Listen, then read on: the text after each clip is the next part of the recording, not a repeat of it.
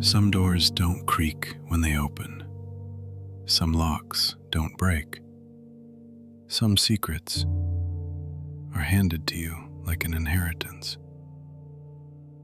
They told me Dr. Samuel Harlan was a healer, a legend, the kind of therapist people thanked in wedding speeches and obituaries.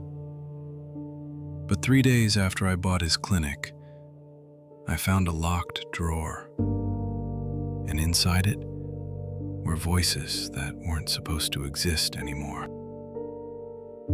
My name is Ethan Cross. I'm 36 years old, and I'm a licensed therapist. I didn't grow up dreaming about this job. I got here the way most people do, one painful year at a time. I moved to the town of Merrow Glen in early spring, not because I loved it, because it was quiet, and because the building was cheap.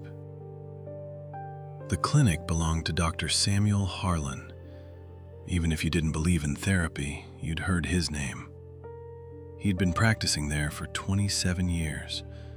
A calm voice, a gentle face, a reputation so clean it almost felt staged. He died suddenly, a stroke, they said, quick, peaceful. And what he left behind was a waiting room full of people who spoke about him like he was a saint. The clinic looked exactly like you'd expect. Muted green walls, a water-stained ceiling tile in the corner, a bookshelf filled with titles nobody reads but everyone recognizes. His office smelled like paper and old coffee. The chair behind the desk was still angled slightly toward the door, as if he was about to greet the next patient. I didn't feel haunted. I felt watched. Not by something supernatural, by the weight of whatever kind of man can become a myth while he's still breathing. The desk had 4 drawers. 3 opened easily. The 4th didn't. It wasn't jammed. It was locked. A small brass keyhole, clean, polished, almost recently used. At first I told myself it was personal. Old tax papers, a letter he never mailed, a photograph. But something about it bothered me. Not curiosity, a feeling like the drawer was waiting for a specific set of hands. I asked the realtor if they'd found a key. He said no. I asked the woman who used to clean the clinic. She looked at me like I'd said a forbidden word, and then she whispered, He didn't like anyone touching that drawer. I asked why. She swallowed, and her eyes flicked toward the hallway. Because that's where he kept the after. The after. I didn't force it. Not dramatically. I did what any therapist would do when faced with a locked thing in a dead man's office. I searched for context. I pulled files, checked appointment logs, read the last month of his notes.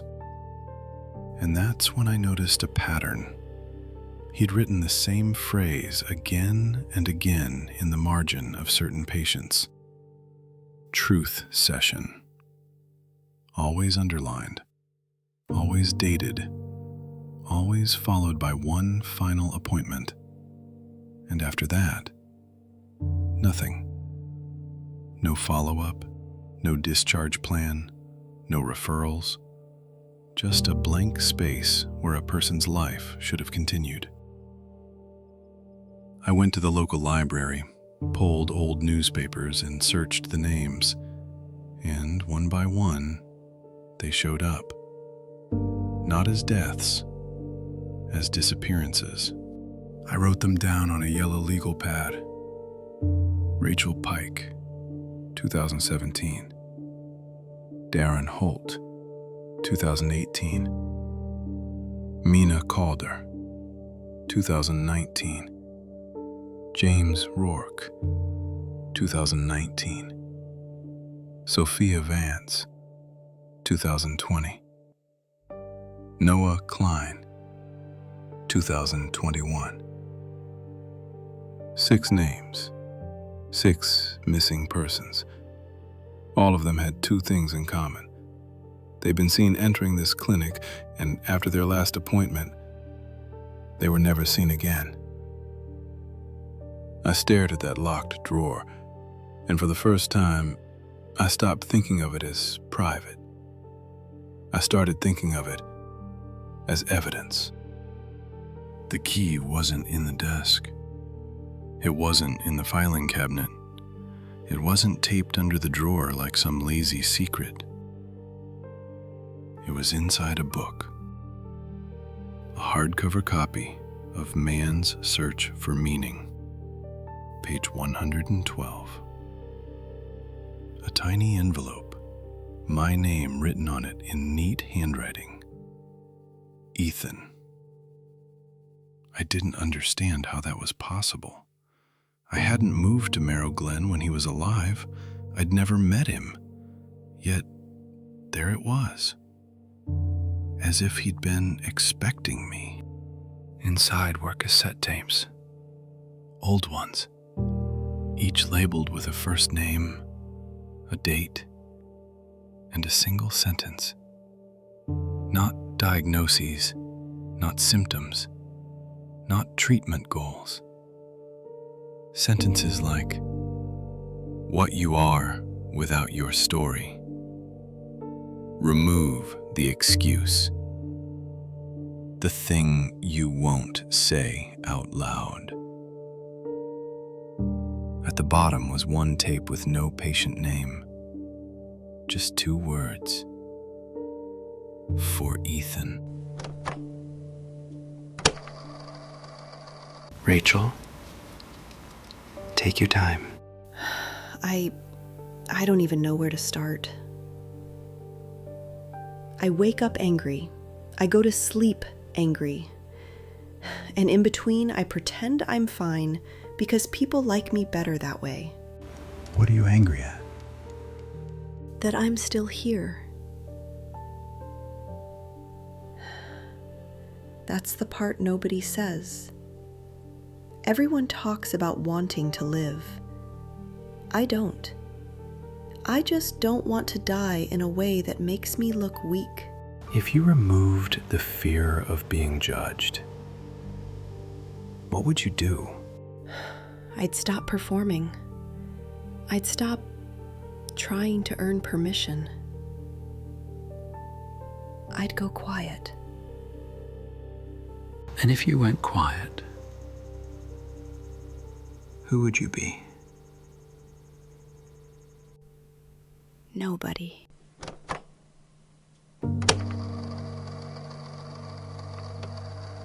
Darren, tell me what you've never told anyone. You're trying to get me to say something illegal. I'm trying to get you to stop lying. Fine. I don't feel guilt. I feel inconvenience. I've hurt people. I've watched them cry. And the only thing I felt was annoyed that they were loud about it. When did you first notice that? When I was a kid, I pushed my little brother off a bike. He split his lip open. Everyone panicked, and I remember thinking, why is everyone acting like this matters? If you can't feel guilt, what stops you? Nothing. That's why I'm here. I'm not asking you to fix me. I'm asking you to tell me what I am. You're the kind of person the world can't afford to misunderstand.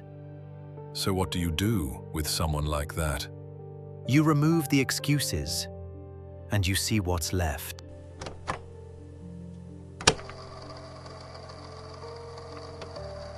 I don't want to be a bad person. I swear I don't. Then tell me the truth. When people love me, I get bored. When they leave me, I get desperate. So I do things. Not cheating. Worse. I ruin them. I plant thoughts. I make them feel crazy. Because if they're unstable, they can't leave. And afterward, I cry and swear I'll never do it again. But then the boredom comes back, and I do it again. Who are you without control? I don't exist. If I can't control someone, a nothing, and just noise. So let's remove control, just for a moment. Imagine you never touch another person's mind again. No manipulation, no games, no punishment. What happens to you? I disappear. I stopped the tape and sat there in silence. Because here was the problem. Nothing he said was a crime. He wasn't giving instructions. He wasn't threatening anyone. He wasn't even steering them toward death. He was doing something worse. He was stripping away the stories people used to survive, the masks, the excuses, the comforting lies. And once those lies were gone, some of them didn't have enough left to stay. I came here because everyone says you help. But I don't want help. I want to stop pretending I'm normal. Then don't pretend. Tell me. I look at my daughter and I feel nothing. Not hatred, not love, just blank. And then I panic because a mother is supposed to feel love. So I act. I kiss her head. I smile. I say the words. But inside, I'm empty. How long have you been acting? Since she was born, since I realized I didn't become a mother, I became a role. If you stopped acting tomorrow, what would happen? People would see me, and they'd take her away. And if they did, what would you be without the role? Relieved. My hands were cold. I didn't want to press play. Because once I did, I couldn't unhear it. But I pressed play anyway.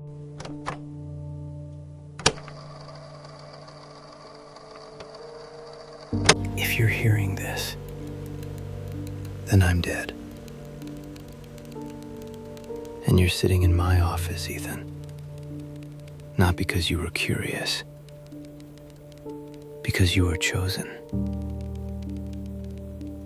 You think this drawer is a confession. It isn't. It's a mirror. Let me tell you what I learned in 27 years of listening to people's pain. Most humans don't live because they want to. They live because they have a story they can tolerate. A story that makes the suffering feel worth it. My kids need me. It will get better. I'm not that bad. I can change. Some of those stories are true. Most of them are sedation. I never told anyone to hurt themselves. I never instructed. I never suggested. I did something cleaner. I removed the lie. I asked a question so honest, it forced the person to meet themselves. And when they met themselves fully, some of them realized there was nothing there they could love. I didn't kill them. I simply stopped protecting them from who they were. You want to call that evil? Fine. But listen carefully, Ethan. The world is full of people who should never have been given an excuse to continue. And the world rewards us for pretending otherwise. If you're a therapist, you already know the truth. Not everyone wants healing. Some people want permission. Permission to stay broken. Permission to keep harming. Permission to keep lying. I didn't give them permission. I gave them clarity. And the ones who disappeared were the ones who couldn't survive clarity. Now, your turn. The tape ended with a soft click. The office felt smaller, like the walls had leaned in by an inch. At the bottom of the drawer, beneath the tapes, was a folded note. My name again, that same clean handwriting. Ethan. I opened it, and there was only one sentence. Tell me the truth, Ethan. What are you without the story you tell your patients? That question hit different. Not like philosophy, like a knife that never touches skin. Because I knew exactly what story I'd been telling myself since I was a teenager. That I was strong enough to carry other people. That I was built for it. That I could look into darkness every day and not bring any of it home. But sitting there, holding that note, I realized something that made my throat go dry. Dr. Harlan didn't hide this drawer. He preserved it. He designed it for someone like me. I tried to leave. I stood up. My legs didn't move right away. My eyes went to the chair across from the desk, the patient chair. And for a second, I imagined Dr. Harlan sitting where I was, watching me, not as a ghost, as a memory, as a method. And then I heard my own voice out loud in the empty office. Okay, let's do it. I tell people to breathe, to ground themselves, to name 5 things they can see, to remember they're safe. But the truth is, I don't believe in safety. I believe in delay. I've watched men confess things they should be in prison for, and then go home to dinner.